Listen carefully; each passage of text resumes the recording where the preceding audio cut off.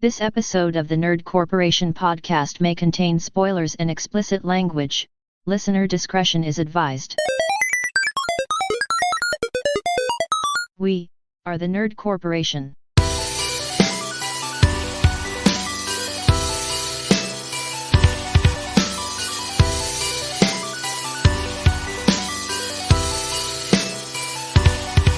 What up, everybody? It's podcast day. My name is Eddie Lyon, a.k.a. Mr. Proton Pack. With me, as always, is Derek Reese. I prefer to go by the Incredible Sulk. Gross. And Nick Lewis. This intro is more cringe than the Men in Black animated series. That was bad. Yeah, it was pretty cringe. Cole and Angela can't be with us today. They have the ever elusive but not uncommon couple's mud butt. So we wish them a speedy recovery. But we are the Nerd Corporation. Welcome to episode 162, Great Egon's Ghost. We're going to be talking about Ghostbusters Afterlife with Paul Rudd, I think is like the most notable name on that. Yeah. I mean, apart from the original Ghostbusters cast, but Owen Finn Wolfhard. Right. But first, let's get on with the nerd news. So for the third week in a row, I would like to hand Ezra Miller the Nerdcore L of the Week. Housing a family of four, mother and her three kids in just these ridiculously unsafe conditions. Guns in his living room and Getting it on. yeah. Guns in the living room, getting it on. Okay. Yeah. There was a video of a kid who found a bullet and put it in their mouth and just kind of hung out with it. The ex-husband, I guess, was the one that called it in because he thought he didn't think that the conditions were safe enough. I mean, it's a 96-acre pot farm for the most part. Right. So, and it's Ezra Miller's crazy ass. You would think that after all of the media attention that they're getting, that they would just fucking lay low. Like, chill the fuck out, Calm Ezra. the fuck down. Like, let shit die down. It doesn't help that the government's coming in trying to take all of their guns away. Speaking of the government, we'd like to hand our second Nerdcore L of the Week to the Supreme Court. An unprecedented double L of the week. Well, for an unprecedented change of protections. Yeah, what a step backward. I mean, my God. We won't go into it any further because we don't like to get too political on this podcast, but you know our feelings. You know our feelings. We, at the Nerd Corporation, stand with all women when we say fuck the Supreme Court. 100%.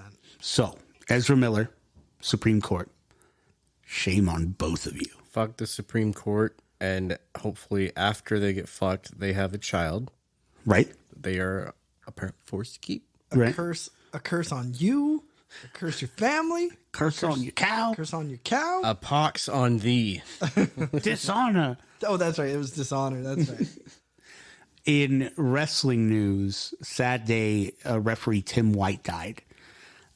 He was a producer for the WWE before his passing, and he would kind of be the guy that would take all the wrestlers and herd them into the spots that they needed to go as far as travel arrangements and things like that.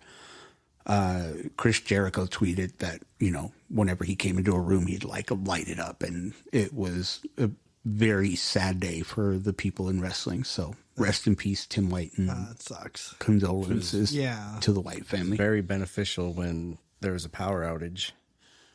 Just call him into the room. Yeah, you just bring him on in. So for my nerd news this week, it's more, I'm going on the rumor bus as opposed to actual solidified news. Uh-oh. So Jacob Batalon recently shared a picture of himself on Instagram. Oh. Good for him. Yeah. That's all. Nick, what's your nerd? No, so he Shocking. he posted a picture of himself holding a hobgoblin figurine. While shrugging, basically, and having a sort of look on his face. One of those like maybe. Yeah. So he's teasing us, whether it's something that will, be realized or not, we don't know. Right. Or it could just be a tease to distract us. But Right. Ned Leeds, for anyone who isn't familiar, in Spider-Man, he actually is the Hobgoblin, and so we may get Ned Leeds finally turning villain. That would be so dope. It's like, oh man, I just woke up. I heard the news about the Supreme Court. Yeah, but did you see Ned Leeds holding the hobgoblin? Well, so here's the thing. In No Way Home, we have a moment where Ned and Tobey Maguire's Spider-Man are talking, and Tobey Maguire mentions that the Ned Leeds in his universe used to be his best friend and became a villain. And so Ned tells Tom Holland that won't ever happen. Of course, I want it to. Ned Ned Leeds, Same. yeah, quote unquote. Ned Leeds referring to Osborn, right? What? Is when he says the Ned Leeds in my universe, is that referring to Harry, yeah. Osborn? Well, I mean, it must be. I mean, there wasn't a Ned Leeds. Yeah, there but- wasn't. Well, yeah, it was just like his best friend. Yeah. Yeah. For those who might not be clear. Right. Sorry. I wasn't very clear on that at all. But yeah, so his best friend in general became the Hobgoblin or a villain. Right. Both in this case. And so, yeah, he was just saying, be careful. Like, don't turn into a dickhead. But I hope he does. I hope he does But too. then at the end of the new one, they don't have any memory of each other. So Well, true. That's the most insufferable part about it, though, is like they could just as easily go either direction. That could either be a complete misdirect, and they don't even do that, or they could go ahead and do it. But like, I want it to be a thing. Well, I mean, they could easily fix that and be like, oh, okay, so they, through some, like, happenstance, they end up getting their memories back. And so, but they realize that their memories were wiped. And that could send Ned into that, like, resentment. You know what I mean? He could be like, well, what the fuck, bro? Well, I thought we were best friends. You know what? Fuck you. I'm going to become the Hobgoblin. Well, yeah, and you combine that like with something like a lab accident at MIT or whatever, like. Right, exactly. Yeah, totally. that would be really cool if they left it where they don't get their memories back and they're just, completely different people. And then Mary Jane and Ned go on to MIT, something happens, fucks Ned up, he becomes a villain, and Peter's having to deal with this, knowing that was his best friend, but Ned's not having any idea. He's Right. just like, Yeah, that fuck too. Spider-Man. Like, either Yeah, way, that would be rad too. Yeah. either way, it would work. But yeah, so many options. So much room for activities. So many room for activities. I was going to Marvel, we could be fantastic writers. I await your saying. decision. Yeah. I know. mean, we know you're listening. Yeah. pitch makers. You know what I'm saying? Just we'll wait for you. Yeah. We'll wait for you. We're not going anywhere.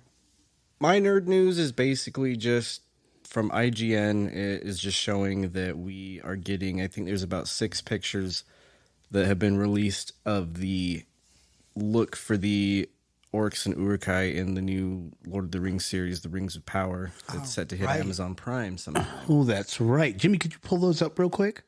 Yeah, I'd heard about that. Yeah, for the most part, they look kind of the same, but with more. Oh, there it is, right there. See, and I see it.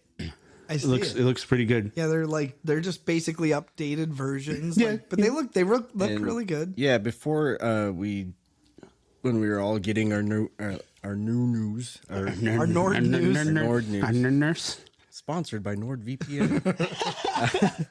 when we were getting our news together, I was just kind of skimming over the article because I'm like, is there anything that shows when we can expect this? I didn't see a date or anything or a range, but I was just reading what I can't remember her name, but the the executive producer was saying how much like they love orcs and they wanted to put, and that's another thing that's going to apparently be in this series, is they wanted to put as many, maybe even more orcs on screen for this series than like any of the other movies had, like as many as possible. Yeah, dude, I love the orcs. So that will be really cool.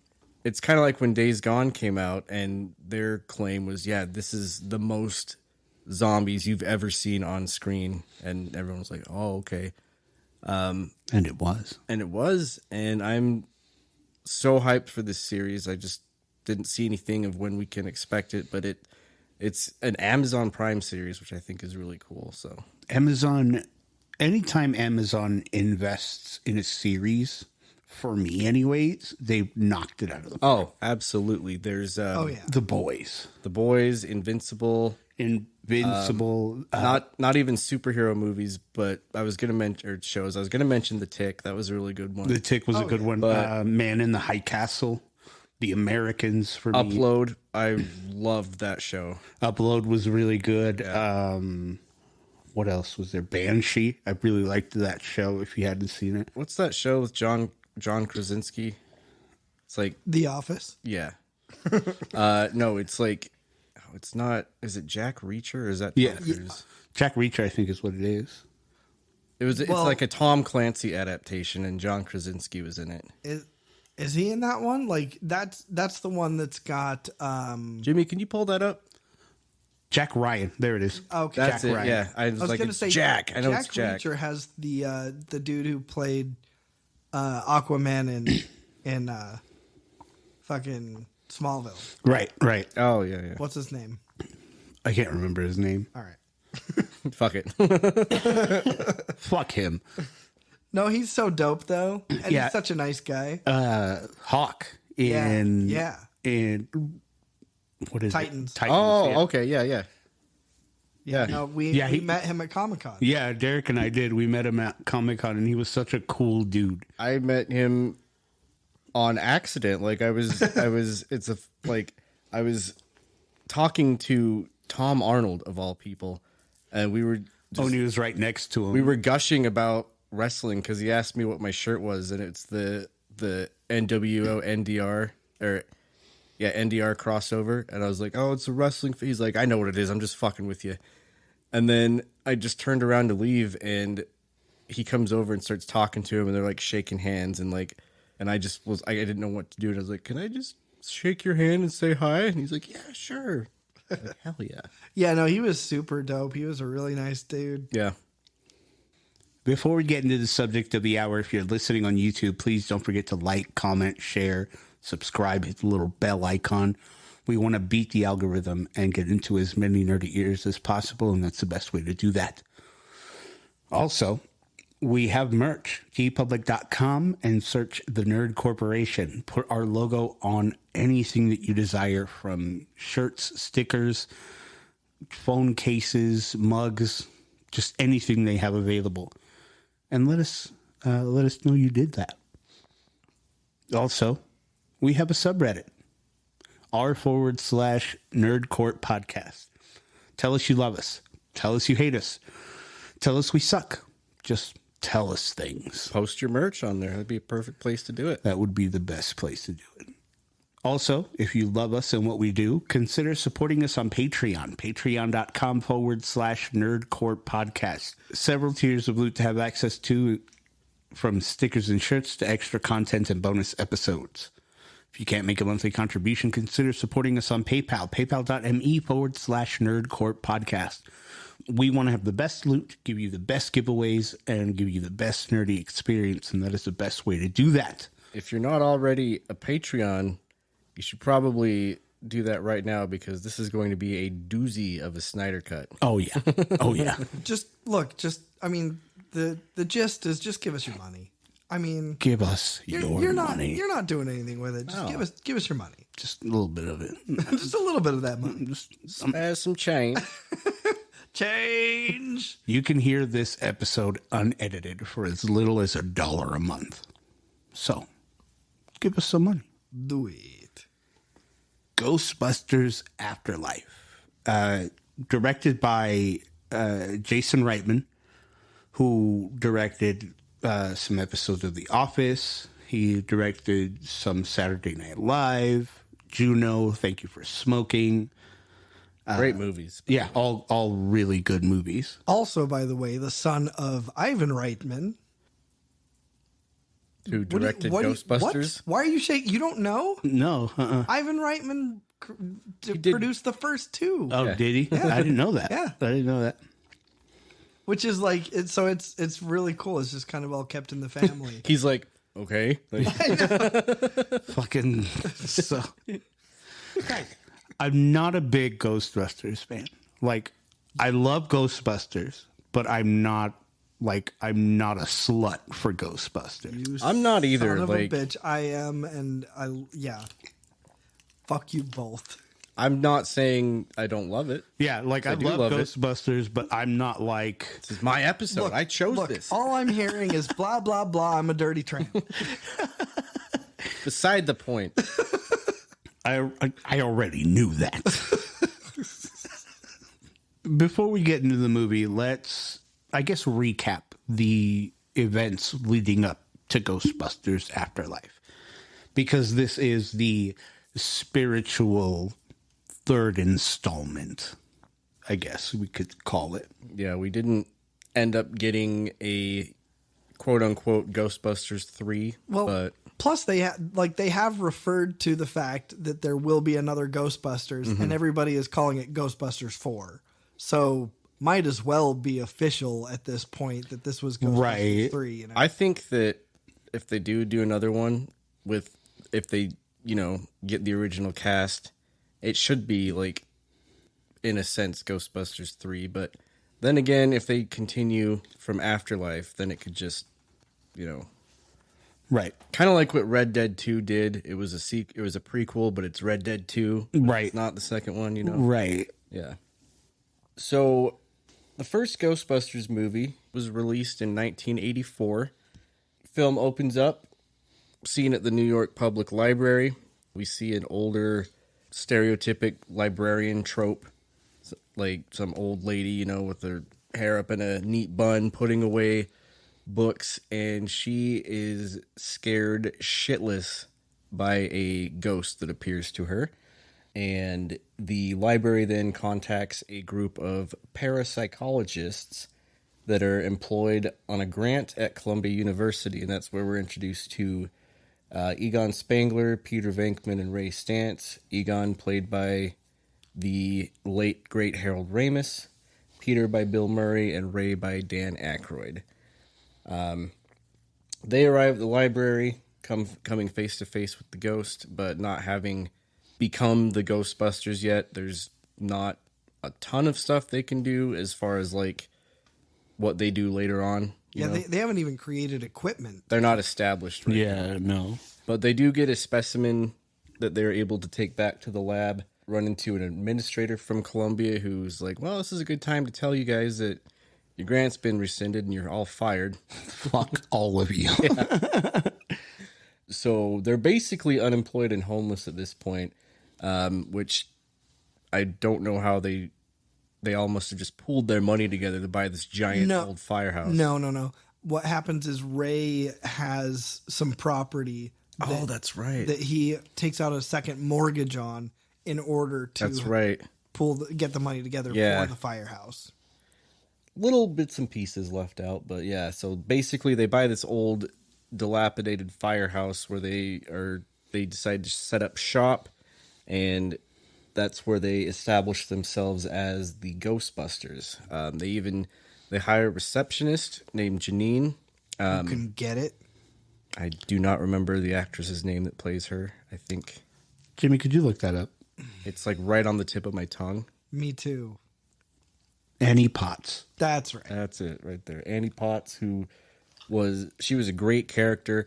She's kind of your stereotypical, like, kind of old-fashioned receptionist, like, Loudmouth New Yorker. yeah, What do you want? I like the comparison, Nick, that you made once, that she was like the Gary Goldman's Dottie. Yeah. Yeah. Yep. That's a The very firecracker. That's an obscure reference. If you ever have listened to him and heard his joke about the fake documentary of abbreviating the United States, you'll know exactly what we're talking about. But Super great. Oh, that Dottie, she's a pistol. But no, Annie Potts could fucking get it, dude. Yeah. I had such a huge crush on her. Oh, yeah. Any day of the week. Oh, any day of the week. But only if she wants to, because we at the Nerd Corporation are Pro-consent. now more than ever. Funny thing about Annie Potts is she plays Bo Peep in Toy Story. really? Oh, Yeah. So they hire the receptionist, Janine, and kind of just wait for the work to come in. It's very slow at first, but then they do have a meeting with a woman by the name of Dana Barrett, who is played by our beloved Sigourney Weaver. Sigourney Weaver, you ain't seen no ghosts. there's no dogs in your refrigerator, Sigourney Weaver. Sigourney Weaver, those eggs didn't cook themselves. It's not. I'm not gonna lie. It's not the same without Cole and Angela. It's true. It's true. It's not, but we have. It's what they would have wanted. We have to soldier on. We have to soldier on, for their mud butt. Yes. So she had a strange experience in her apartment, and so she calls the Ghostbusters because, they're kind of getting their footing at this point. She saw the commercial. Yeah, a fantastic old school furniture salesman Yeah. kind of commercial, like come on down. And so she calls them. They come over. There are eggs on her counter that just start cooking themselves. Weird stuff's happening. She opens up her fridge and comes face to face with a demon who calls himself Zool. So they don't know how to help her, but they take her on as her first client.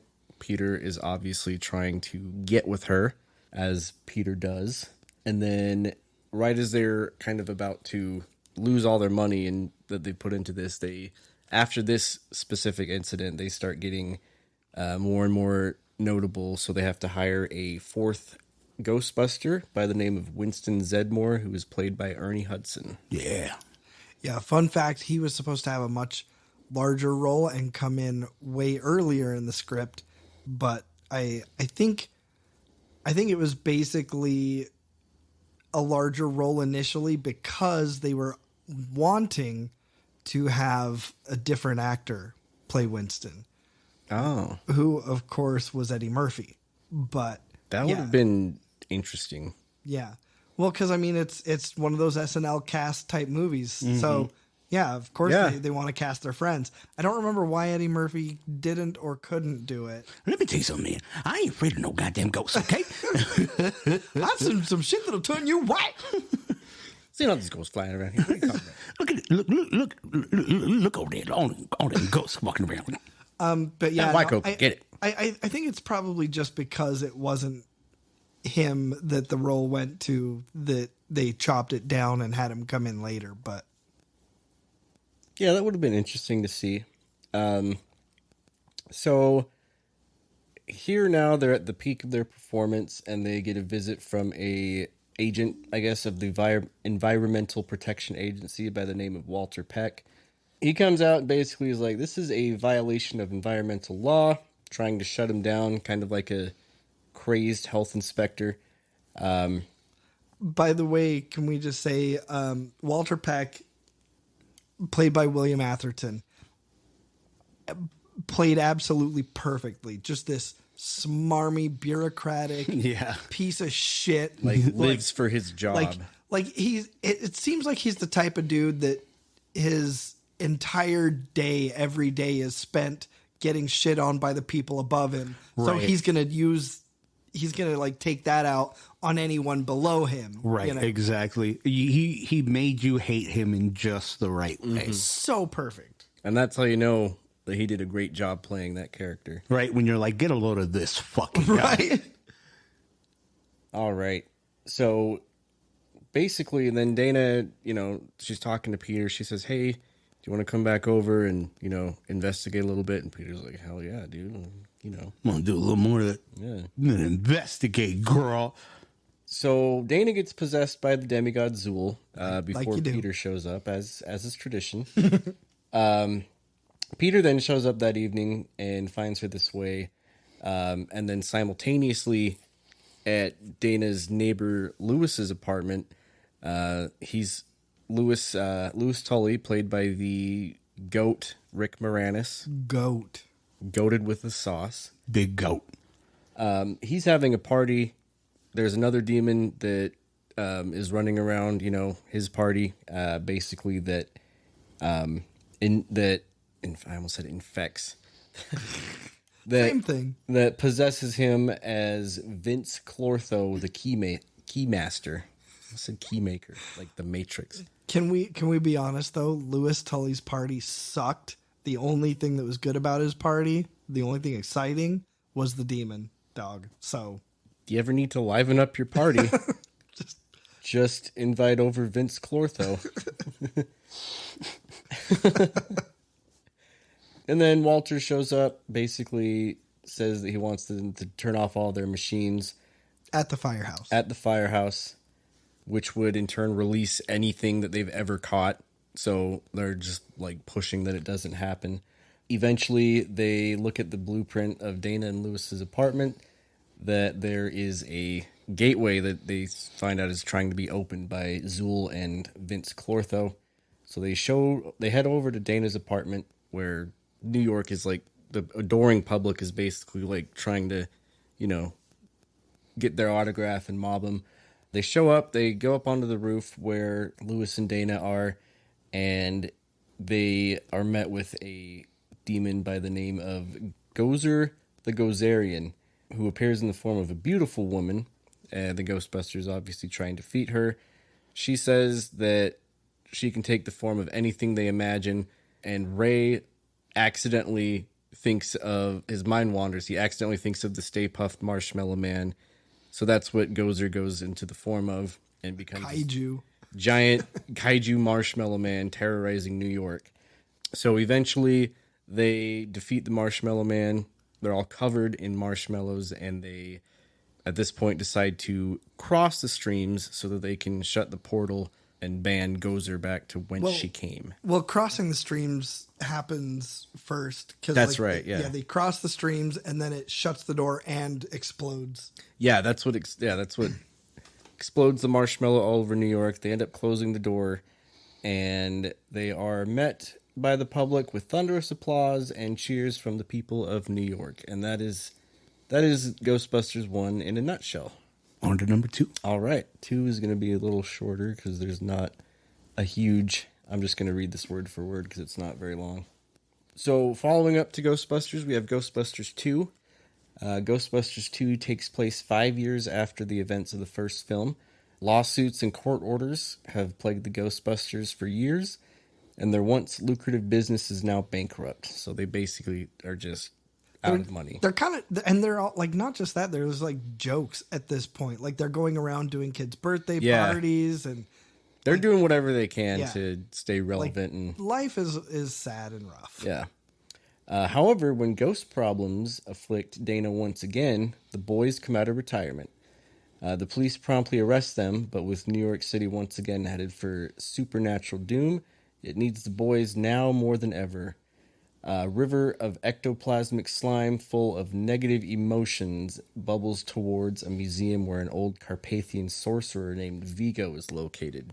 That's the best part of this whole movie is it just Vigo, or is it Vigo I can't remember. Well, he has a lot of monikers and titles. But he's in a picture essentially. Yeah, so he's this dude in a painting, and he sort of takes over the mind of one of the supervisors that deals with restoration and things like that. And so, he's sort of like masterminding this whole thing and having this one dude be sort of his person in the physical realm that can go and do things for him. So he needs to possess Dana's body for his rebirth so that he can basically be an actual physical entity. Well, Dana's baby. Baby, yeah. So basically, because Dana has a kid, and then he needs to possess the body of the baby so that he can have a physical entity. He ends up coming out of the picture, which I thought was one of the coolest scenes when he just comes walking out and he's all transparent and then he just comes into full figure. This one I'm having more trouble remembering, but I got it. I know they eventually So what happens is they realize that slime, right, is charged by the negative emotions of people in New York or whatever. And so they come up with the idea that, well, if it can be charged by negative emotion, what if it can be charged by positive emotion? So that's where we get, do you remember the toaster dancing scene? Yep. Yep, that's where we get that. And so they wonder, like, well, what is it that we can do to defeat this thing? What would be a positive beacon to, like, rally everybody or to... Now, also don't forget, like, at the same time as this whole thing is going on where he's trying to possess Dana's baby's body, or I guess not possess, just sort of take over Dana's baby's body, all of the slime that had been underneath New York has now cocooned the entire museum. So it's this unbreakable shell. And so they are trying to figure out, like, well, shit, what do we do? So they take the slime and throw it all over the Statue of Liberty. They've got these cool ass fucking giant guns to squirt it all over the place. Right. And, you know, the Statue of Liberty comes off of the podium that it sits on and gets over there. Don't forget about the song. Yeah. It's such a good song. What is that song? I can hear it in my head, but I don't know. Jimmy, could you pull that up? Take Me Higher? Or no? Yeah. Your love keeps on lifting me higher, higher and higher. Then you eventually you see, like, the feet of the statue just kind of slowly lift up out of where it's, like, anchored down. Yeah. And then you just get this gigantic Statue of Liberty just walking through New York City. What an iconic scene. Yeah. Oh, yeah. And so, like, the whole trip through New York to the museum, they've also got, you know, this microphone, and they're trying to get everybody around to join them in this jubilation and these positive feelings. Oh, yeah, and they're all in, like, the crown of the statue, too, where you look down. Right. So they're just trying to get as much positive emotion out of people as they can, because that's the only thing that they figure is going to weaken this shell. And it's New York, so that's not easy. Right. So they finally get up to the museum, and that's when they use the fucking torch. Yeah. Which, by the way, has, you know, erupted in actual flame. Yeah. Oh, yeah. That was dope. I love that touch. But yeah, so they crash through the skylight and then go down and all that jazz. Then, you know, defeat Vigo, the Carpathian, and the best part is Louis Tully shows up. Mm-hmm. He shows up as a quote unquote Ghostbuster. Yeah, he's got the power pack on and everything, the proton pack rather.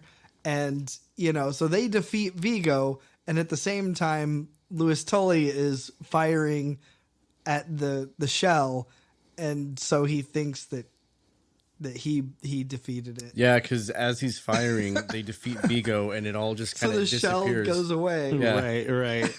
Doesn't it? It kind of just like lifts up into the air. Well, it breaks and up into evaporates. little pieces. Yeah. And He's like, I did it. I did it. So good. They're all congratulating him like outside. Well, and of course we have Slimer show up in this one again. Oh, we didn't even mention him in. Yeah, so I mean, well, Slimer's great, but like, yeah, he shows up again in the second one when Lewis goes to get on a bus to go to the museum. Slimer's driving. Yeah, right. Yeah, Slimer is one of the kind of ghosts that they encounter in the first movie that just kind of doesn't go away. Yeah.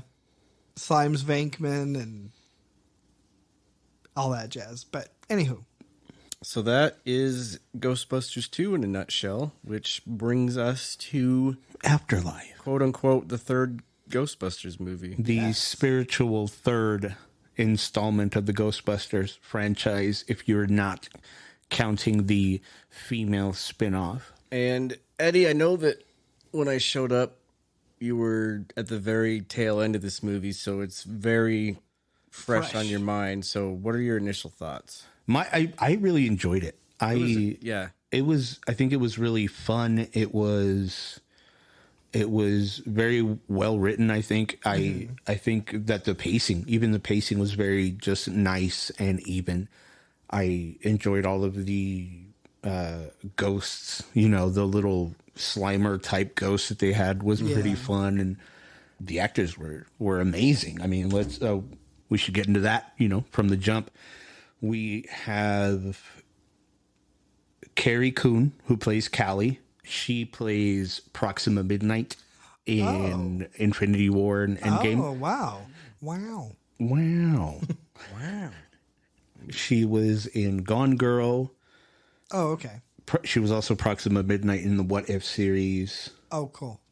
The Post with Meryl Streep and Tom Hanks. Fargo. Oh, damn. Movie? TV show? I'm not sure. I think it's the TV show. Does it give you a year? 2017. I think that's the show. That would have to be the show, yeah. Gloria. She plays Gloria in that show.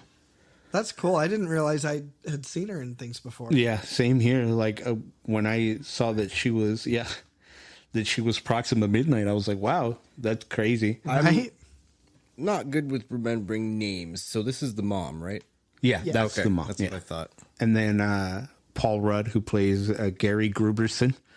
We all know him from Ant-Man and the Judd Apatow movies. Oh, yeah. Finn Wolfhard as Trevor, who we know from Stranger Things. We have McKenna Grace. She's from The Handmaid's Tale. Young Sheldon. Malignant. Spirit. The Princess Bride home movie. Fuller House. Annabelle Comes Home. She was young Carol Danvers in Miss Marvel. Oh. Yeah. The newer series? Oh, Like the Captain Marvel, I mean. Oh, okay. She is a great person to pick up the torch of Egon. Like, she did so great. Oh, yeah. She embodied that perfectly. And then we have Logan Kim, who plays Podcast, who I think is such a quirky and fun character. Mm-hmm. He was without being over the top. Yeah. His only credits are Ghostbusters Afterlife and home movie The Princess Bride. What the fuck is that? I think it's the one where a bunch of it's a bunch of famous people and they recreated shot for shot recreated low budget of The Princess Bride. Yeah, so it's like serialized remakes. Yeah. And they're told in short chapters. But there's people from The Office, there's famous actors that are just Dope. doing these low budget recreations of their scenes. It all happened during quarantine. Yeah. Oh, okay. So they're all acting from their homes and stuff. It's pretty cool. It's wonderful. That's really cool. Yeah. But yeah, so those are his only two credits are Ghostbusters Afterlife and home movie The Princess Bride. We have Celeste O'Connor, who plays Lucky, Finn Wolfhard's love interest. Mm-hmm. Ghostbusters, Nyla in the movie Freaky, Sela in the Spades, Irreplaceable You movies I've personally never heard of. And wait, who is this person? Who is this one? She is the girl that works at the restaurant with Finn Wolfhard. Oh, okay. We have, of course, Bill Murray, Peter Venkman, Dan Aykroyd is Ray Stantz, Ernie Hudson, right? Annie Potts returns as Janine, Sigourney Weaver. I did not know this. J.K. Simmons as Ivo Shandor. Oh, fuck. I think I heard that. I think I do remember that. But anyway. That is so crazy. I didn't know that. But yeah, that's the main cast. I think this was really wonderfully cast. All these characters play their, roles very well. Yeah. And I feel like there was just enough Paul Rudd in the movie to where it didn't Paul Rudd the movie up. Yeah. You know what I mean? Yeah, and He was in the movie, but he wasn't The the movie. Yeah, exactly. Like he was like a supporting character. It was really cool for me that they brought it all back around to the first movie. I mean, we have Ivo Shandor, who was referenced in the first movie during the jail scene when they were talking about the architecture and what madman created this building, because this building is not a normal building. It's meant to be like a superconductor of supernatural energy, which is why that's where this gateway was. And Ivo Shandor and his group were the ones trying to bring Gozer back and bring about the end of the world. And so it was really cool to have him show back up in this sort of, like, he gets reanimated basically, and that was just dope. I really liked that. I loved what they did, like all the callbacks. Like eventually we have the mini Stay Puft marshmallows that show up. Right, yeah. So great. The hints of the original music score that they used. Oh, like yeah. Like the kind of the galloping jazzy, like that would just come in during like a kind of like a scene where maybe the what's the character's name, the daughter of the mom, Phoebe, where she was maybe exploring in the basement that she finds, right? And the Ecto 1, we get Ecto 1 Yeah. back. Right. I love that. So yeah, basically I'm just gonna Spoil it up. yeah. So Phoebe is the main character, the daughter of, what's her name, Callie? Yeah, Callie. Callie's the mom. She has Phoebe and Trevor as her two kids. Yep. They find out that they're getting evicted from where they're living. Right. So Callie finds out that, you know, she basically says, well, we can just go live at my dad's old place, you know, in the middle of buttfuck nowhere. Right. So they show up. It's a fucking shithole. Like in this, I'm gonna say it. It's a shithole town, where it's out in the middle of the desert. They show up, and eventually Phoebe starts finding certain items around. Like she finds the tracker, Right. which was really cool to have her find it. Yeah. With a few supernatural assists. Yeah. along the way. Yeah. Oh, yeah. Yeah. Right. So she eventually finds the tracker. She just, you know, kind of keeps that in her room, and then they eventually come across this mine shaft, which later leads to them finding where it goes, or the Gozerian is trying to come back through.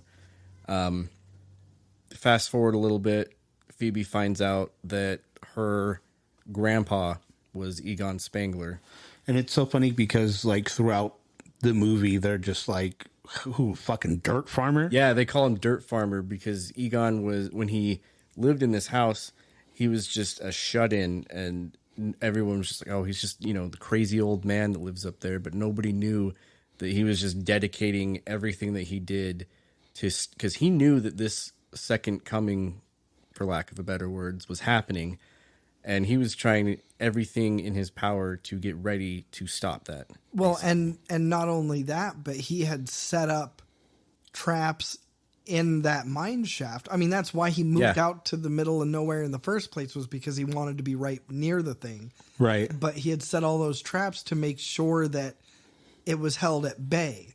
Right. Yeah. But, you know, he also set other traps knowing that, you know, contingency plans and all that. It was a nice little callback too, because the house that he lived in was basically, he built it to be a second superconductor for when, you know, Gozer eventually returned. Right. Just like Dana's apartment in the first movie. So kind of backpedaling, we see, you know, Phoebe settling in. We see her at school. That's where, you know, Paul Rudd she meets Paul Rudd as her teacher, and he's just kind of like, you know, what movie does he put on? He puts on Cujo, I think. Yeah, the first movie he puts on is Cujo. He's like, this is a movie about a devil dog, and he just puts it on just to like not have to worry about doing anything, And while that movie's playing, like, she gets up and wanders, and she walks into the back room, and she sees that he's basically is it a geologist? Is that what he is? Seismologist. Well, yeah, I was gonna say, isn't he specifically? Yeah. So, and he's been measuring like these earthquake waves that have been happening in this town because it's very not usual for that to happen there. And so she, talks to him, finds out that maybe he has been, looking into all this. And so they kind of become, a little bit more friendly because, she's a big science person. Yeah, she's engaged. Yeah. Like, and he's like, fuck yeah, dude. She's engaged to Paul Rudd in the movie. Oh. Takes a dark turn. Just so funny because she's like, yeah, whatever, you're a seismologist. And he's like, oh, yeah, well, do you know about this, that, and the other? And she's like, yeah, I'm not an idiot. Yeah. Yeah. And she just like schools him. So, and then we go to I think it's the first night or the first couple nights they're there. They go to eat at the local, it's kind of like a Sonic type restaurant where they are all kind of on the roller skates, bringing the food out. And that's where Finn's character, Trevor, lays eyes on Lucky, and he's immediately just head over heels. He hopes. Yeah. And eventually I think he eventually gets a job there. And then the crew from work's like, hey, we're all going up to the point after work. And he tags along with them. And that's where we kind of get a first little impression of what's going on. Like they're up above right next to the mine shaft. And there's all this stuff that is going on underneath it. And that's where we kind of get like an idea like, oh, something's going on down there. So meanwhile, like Nick said, Phoebe had kind of been going around discovering little things about the house and getting led to things by an unknown supernatural force. And it winds up getting to the point where they start finding things, like they find the trap, right? Right. And so she shows that to Gary, Paul Rudd's character, and Podcast. And they're kind of tooling around with it and tampering with it, and end up accidentally letting a ghostie out. Right. And it's awesome because Paul Rudd's character is ripped straight out of like the original Ghostbusters movie. So he's like, I know exactly what this is. He's like, I know, I was there when all this stuff was going on.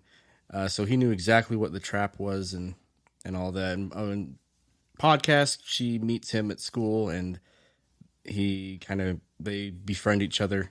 Kind of skipped over that, but yeah. And then, so another part of this is that, like, as this is all going on, Phoebe gets led to Egon's underground laboratory. Right. And then he basically, through a few little supernatural tricks, finally expresses the fact that, hey, I'm your grandfather. Right. And then they sort of start going through and restoring the Ghostbusters equipment. So, I mean, obviously that's a hugely important part of the puzzle. Right. So then they're testing out the proton pack. Yes. Right. And with Phoebe and Podcast are, and they find a ghost called Muncher that haunts Shandor's foundry and flees the town, or to the town. Right. And then this is where we finally get Ecto-1 repaired and ready for action. Right. Yes. well, that unveiling, I think it's Trevor that like rips the tarp off, and that unveiling of just this old decrepit Ecto-1 from. Well, and doesn't he say, like, what a piece of shit? Yeah. Yeah, he's like, what a shit box or something like that. Yeah. No, to be fair, it looked exactly like that. Like, Yeah. But it was weird too, because like I didn't realize it, but when I bought our tickets for the movie, we picked like the rumble seats. Oh, nice, like the D-box seats. Yeah. So like that part when he's tearing through the field, like that was fucking bonkers, dude. We were just like, feel it in your D-box. I did. We were flying all over the fucking place. I still have their broken but I still have, and these are from the animated series too. So I have somewhere in my mess of stuff, I have the animated Egon action figure, Janine, and I know I came across this like a month ago, but I still have the. It doesn't have any of the doors, but I have Ecto 1, like the toy. Very nice. Yeah. Hell yeah.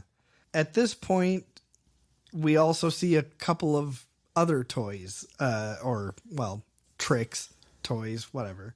So they're using the car to chase down this ghost. The Muncher, yeah. Right.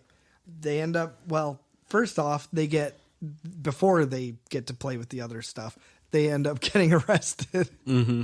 So they get a little derailed. Right, yeah. Right before they get arrested, this is when they're chasing the Muncher throughout Main Street. Do they use the swivel seat? Yeah, they do. Yeah. They do use the swivel So seat. yeah, That's discovered. They do use the swivel seat. They don't use the remote control car yet, do they? I don't believe they do, no. I think that's the second time around. Or maybe they pull it out and don't, and just fail. Oh, no, they do capture him.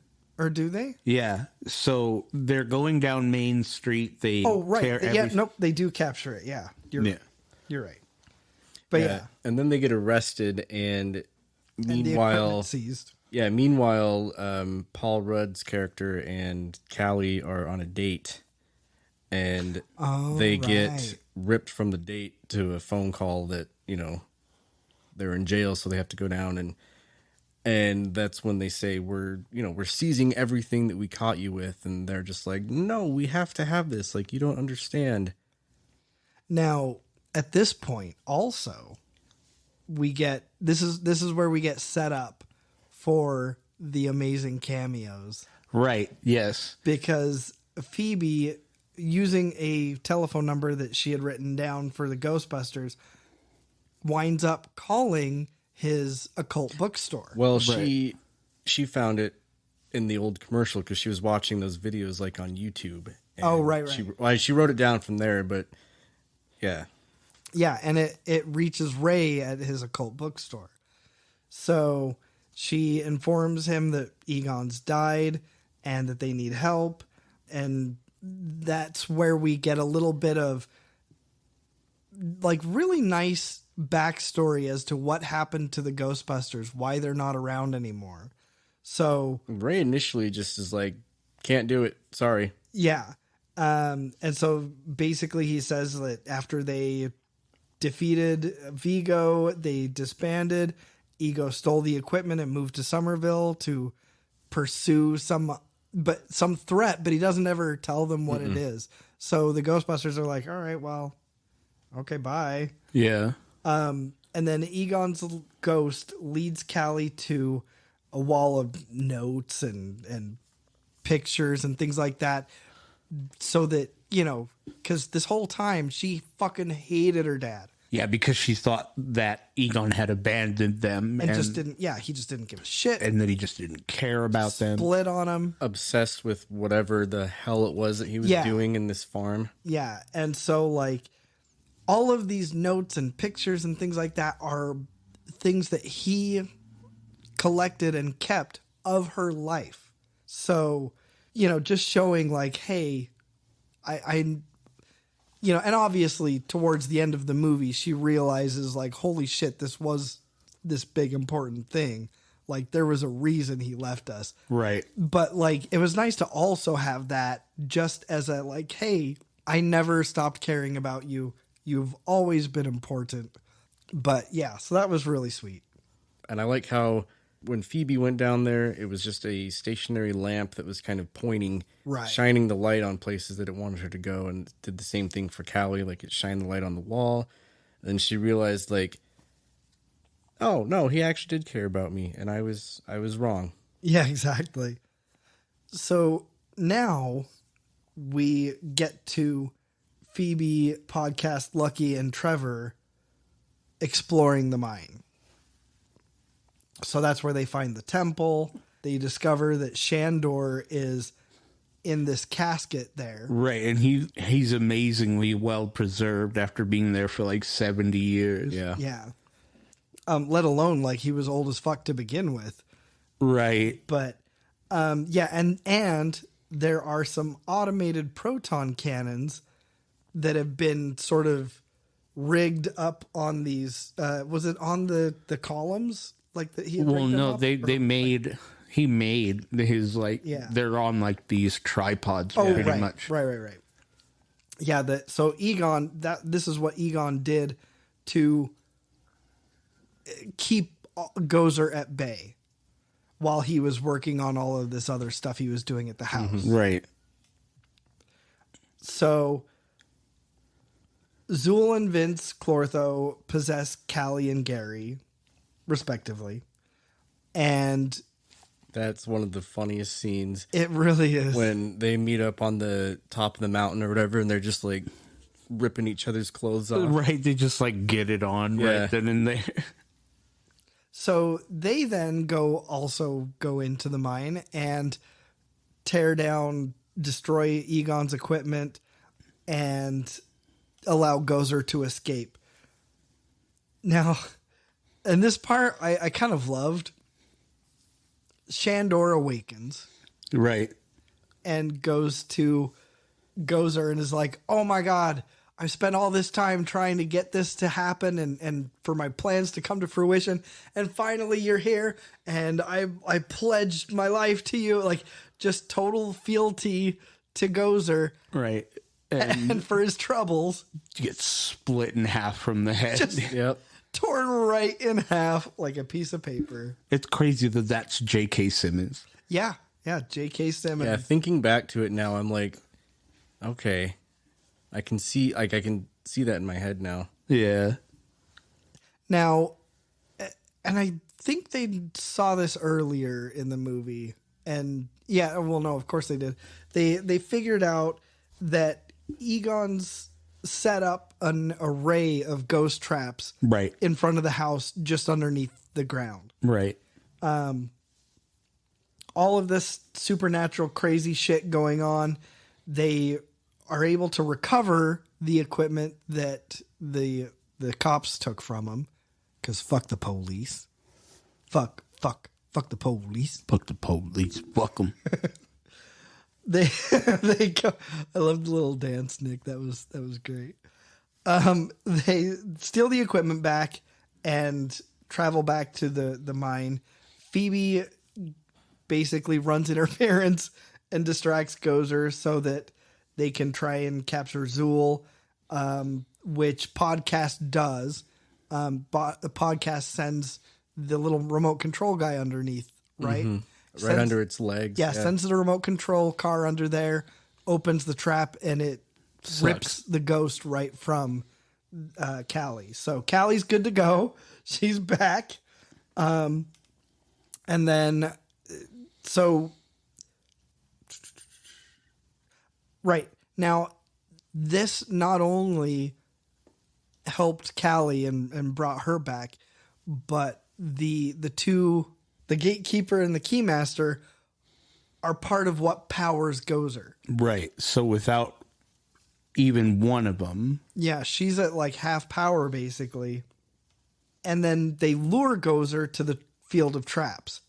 However, it blows the power. Mm-hmm. Right. Just like it did for Egon in the beginning. Yeah. So they're like, oh, well, fuck. So Gozer frees Zool, who possesses Lucky. And then obviously Gozer's back to full strength. Right. Not good. Mm-mm. And then... But then... And then... Ray and the other Ghostbusters all of a sudden show up. Oh, yeah! And so they show up to help. They've... Like right before you see it's them. What does Ray yell? I forget. So like we just saw it like an hour ago. Yeah. I don't remember. I forget the line, but it was really well done. It was great because you don't see them. They don't just show up. Yeah. You hear Ray Or was it Ray? No, it was Peter. He says, "Hey, flat top." That's Yeah. right. That's right. Yep, it was Peter saying, "Hey, flat top," which is a nice callback as well. Right.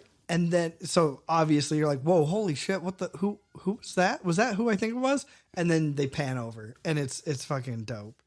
Now that the Ghostbusters are here, the OGs. Right. The gangster of the gangsters. Yeah. Gozer obviously is like, oh, hell no. I remember y'all. These are the motherfuckers that beat me last time. She goes, "Are you gods?" Oh, yes. The famous question. And of course, like, Ray does his little pontificating right before that, like just naming all these random ass agents. He names the AARP. Yeah. The name of the ARP, the NISA, the EPA, Wildlife Foundation. yeah, what is the one? The fishing club or whatever. Well, and it was great too with the AARP. He didn't even say AARP. He was like the Association for the Advancement of Retired Persons. Yeah. Like he says the whole thing. So fucking dope. Anyway, now that Gozer is kind of focused on them, Phoebe shows up, throws out her proton pack, and starts trying to take her down, right? However, like, she's struggling, and then all of a sudden we get the most soul-crushingly sweet moment. Oh my god, dude! You all of a sudden see, for like visual sake, if you haven't seen the movie, you see Egon Spengler's Force Ghost. Yeah, with all of the shit going on, I mean, I think it must be because of that, or at least that's a good explanation for it. He's now a fully visible ghost, and so he's helping Phoebe keep the proton pack, or the stick. I don't know what you even call Part it. of me, The gun, The I gun. guess. Yeah. Yeah, the gun trained on Gozer, and then the other Ghostbusters who have now shown up cross their streams again and are just wailing on Gozer. I want to say that, and I was kind of thinking about this leading up to this point, but I feel like them showing up made it so that he could like manifest himself, if that makes sense. Yeah, that could totally be a thing. Now, of course, them just wailing on Gozer isn't going to finish it off.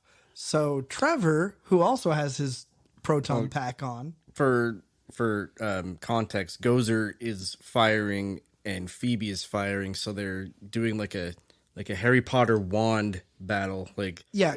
they're both shooting at each other, and it's just hitting in the middle. Well, yeah, and like I say, the Ghostbusters help restrain Gozer by crossing their proton streams.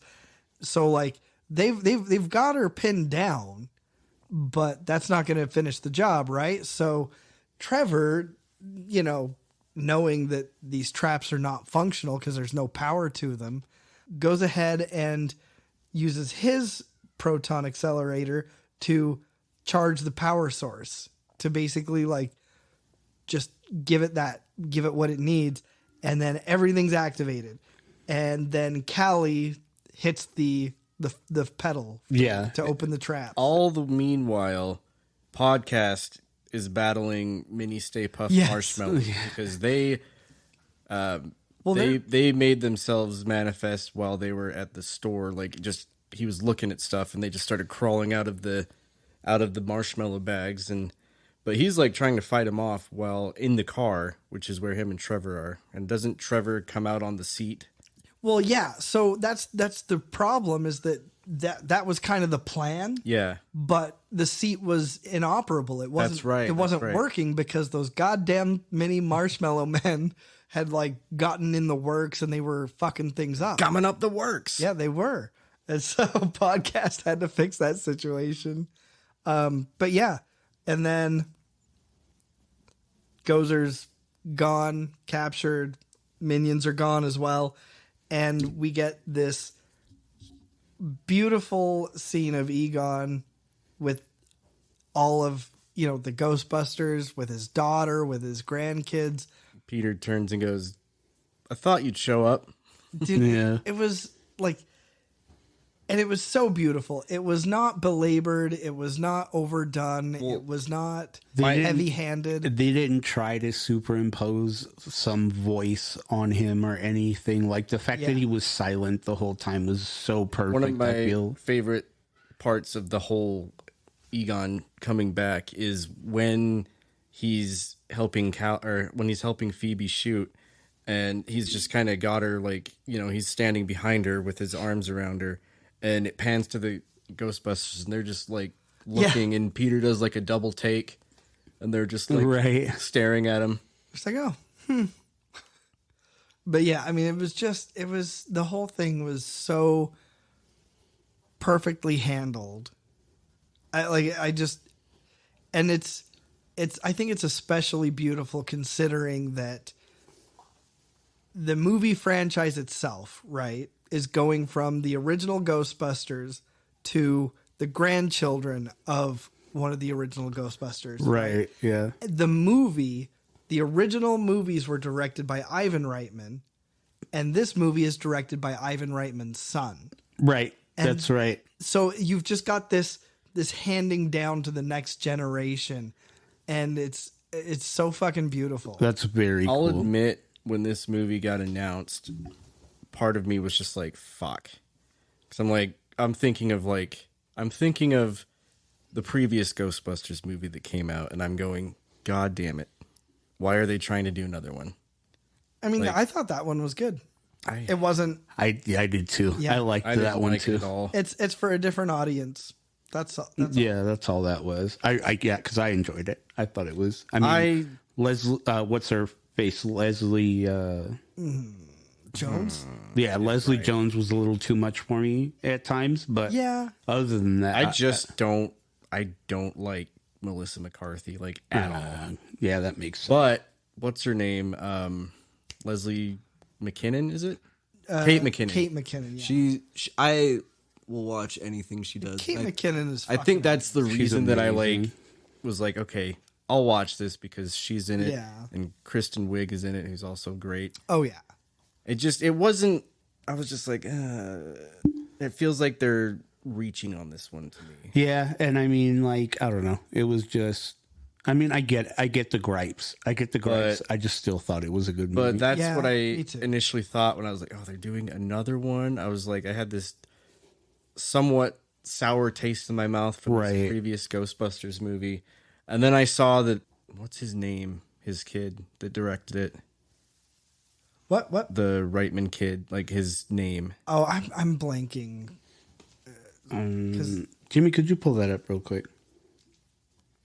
Jason Reitman, that's right. Yeah, I saw his name on there, and I was like, why do I know that last name? And I had to go through and do some sleuthing, and I'm like, oh. Finally, we are treated to two wonderful, wonderful mid and end credit scenes. Yes. So we get Peter, who, by the way, I don't know if either of you noticed it, but you did see the ring on his finger, right? Yeah. Yeah, they're married. So they're married, and they're recreating the trick that Venkman used to do on young co-eds. Yeah. But the turbles have been tamed. The turbles have been tamed. Well, looks like the turntables have Turned. So initially, it just shows Venkman guessing a card, talking to someone who you can only see the back of the head in the first shot. And then of course we get the reverse shot to find out it's Dana. It's Dana Barrett. Sigourney Weaver. You should know he's marking those cards. You know he's marking those cards, Sigourney Weaver. He's not a psychic. So really, really wonderful. Like a nice little tie-up of not exactly a loose end. They didn't even bring her up. It wasn't even necessary. It's just so funny, though, because right before the mid-credit scene happens, it says with Sigourney Weaver. And I'm over there like, she fucking wasn't in the movie at all. Are you high? You fucking high. And then the moment it pans over and I hear her voice, I'm like, oh, well, there she is. There you are, Sigourney Weaver. So then we get our second end credit scene, which is so wonderful. It's such a huge redemption for a character who was criminally underutilized. Right. So we get Janine and Winston chatting in a pretty nice, enormous fucking office. Right. Before that, it shows a scene. Oh, right. It shows Janine talking to Egon. Like back in the day. Back in the day, yeah. I'm assuming this was, somewhere in between 1 and 2. I don't know. It doesn't say where, but she's handing him, she says, "This is a coin that I got at the World's Fair in Flushing. I want you to have it. It's a souvenir." And he says, "Well, we might not be coming back." And she's like, "I want you to have it anyways." Pan to Winston in his business, wherever he is, and he's holding it, kind of talking to her. Now, because of what Egon says, I'm assuming it's at the end of 2. Right. Before Egon splits off and leaves Right. the Ghostbusters. Now, Janine and Winston are chatting, and we find out that Winston, through the lessons he learned and just some of the things he went through with the Ghostbusters, has become a fully realized person, like a fully realized adult who knows he can do shit. Right. He's balling too. He's balling. Well, yeah. So he gets this confidence and this ability and basically starts his own business from the ground fucking up. Yep. And now he talks about it being a worldwide company, and Janine asks if he's still paying the rent on Ray's bookstore. And he's like, well, he's going to turn a profit one day. Yeah. So, I mean, philanthropic, wealthy businessman. And then a few seconds later, and they sort of interspersed a little bit of this, but we also see Winston cracking open the door of the old firehouse. Yeah. Mm-hmm. Winston's we're assuming Winston's reopening the firehouse. Then he pushes the doors, the full doors open, and what rolls in? Ecto-1. Yeah. And then ominously, in the basement, a light on the ecto containment unit starts flashing. So a red light. I feel like he's starting that shit back up. I mean, agreed. Yeah, totally. But, are there things that are still in the containment unit? And the containment unit is breaking down. Too, yeah. It's Muncher. I know, right? So, I mean, it all looks pretty dilapidated, though. So it's gotten no love. So maybe there's not. I don't know. But I can't see why it would be bam, bam, bam, if there wasn't something that should be not going wrong that is now going wrong. Right. I wish, I can't remember, because when I watched Afterlife, it was maybe it's probably a good month ago. I can't remember if this was the case or not, but if it wasn't, I wish we would have gotten the old sound of the siren, the wah, wah. Yeah, I think we got a little bit of it. Yeah, it was just very small. It was on the bridge at the very end. Okay. Of the actual normal part of the movie, right before it went to credits. Fuck, I want to watch all 3 of these now again. Oh yeah. That's what I want to do. I almost want to say the second's my favorite. Second one's really good. I think the second one's my favorite. I really do enjoy that one. What were some of your guys' favorite parts of the movie? I think anything Phoebe did, I know that she was one of the main characters, but I feel like she really did play her part well and steal the show. I loved when we first meet Paul Rudd and he just puts Cujo on for the class, like this, right. This young, impressionable, if you want to say, right. I'm assuming it was high school. Like they don't really allude to that, but It looks like, I don't know, middle school. I think. maybe. Well, yeah, for Phoebe, it would have had to be like junior high. Yeah, okay, Yeah. but it's just like, hey, watch this very graphic, Stephen King movie. Well, the next time they show the class, he's playing Child's Play. Yeah, that's right. Because it just shows like a clip from the TV itself, Right, yeah. and it's when she's trying, the Bride of Chucky, I think, was like trying to like bring him back or something. one of them. Yeah. It was one of them, but it's just funny. My favorite part, honestly, was the nostalgia and the Egon stuff. Like, I mean, the movie itself was great. Like, I have no complaints about the movie whatsoever. Right. But man, those things just hit so hard. Right.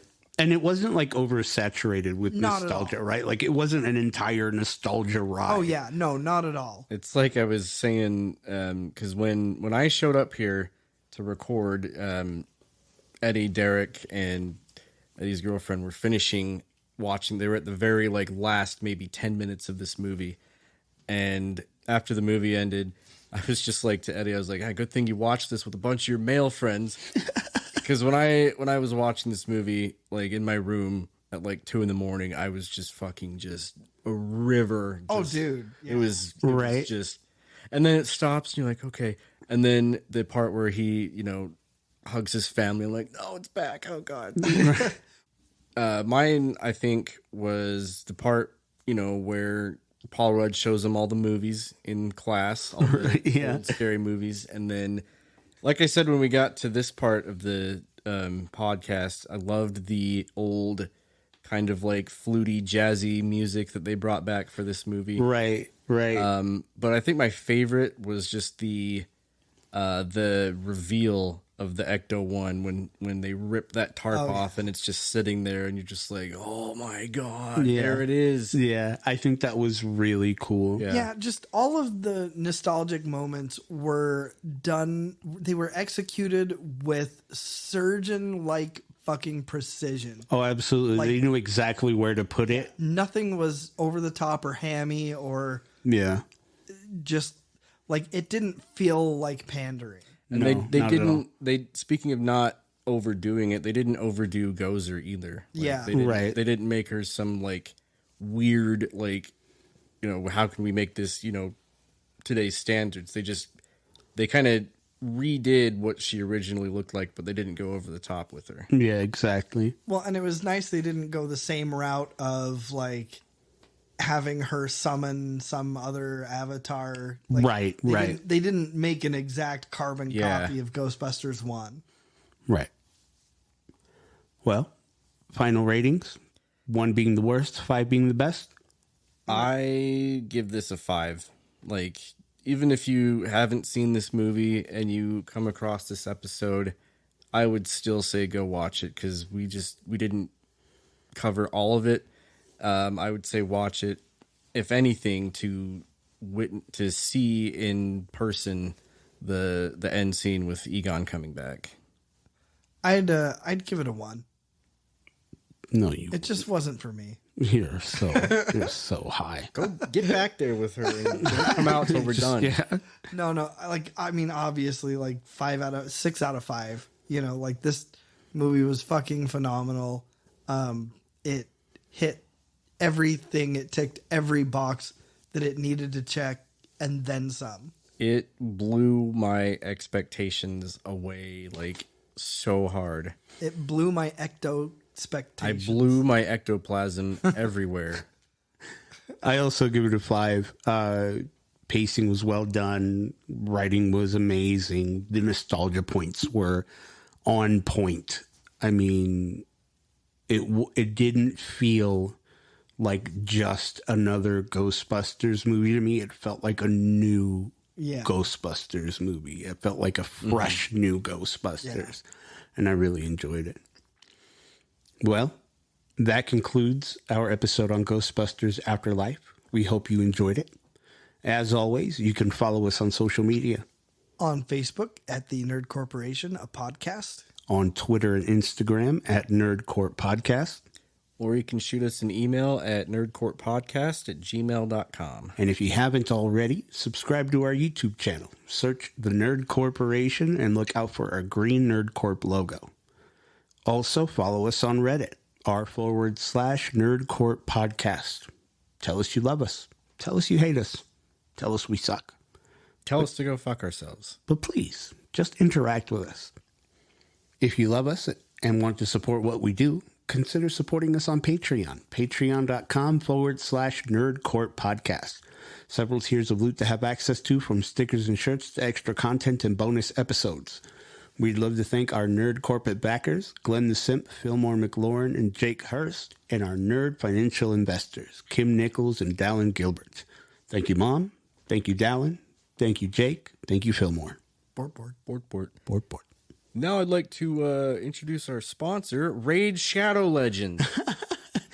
Surfshark VPN. If you can't make a monthly contribution, consider supporting us on PayPal. PayPal.me/Nerd Corp Podcast. We want to have the best loot, give you the best giveaways, and give you the best nerdy experience, and that is the best way to do that. So, on behalf of all of us at the Nerd Corporation, we thank you, we love you, and keep it nerdy, y'all.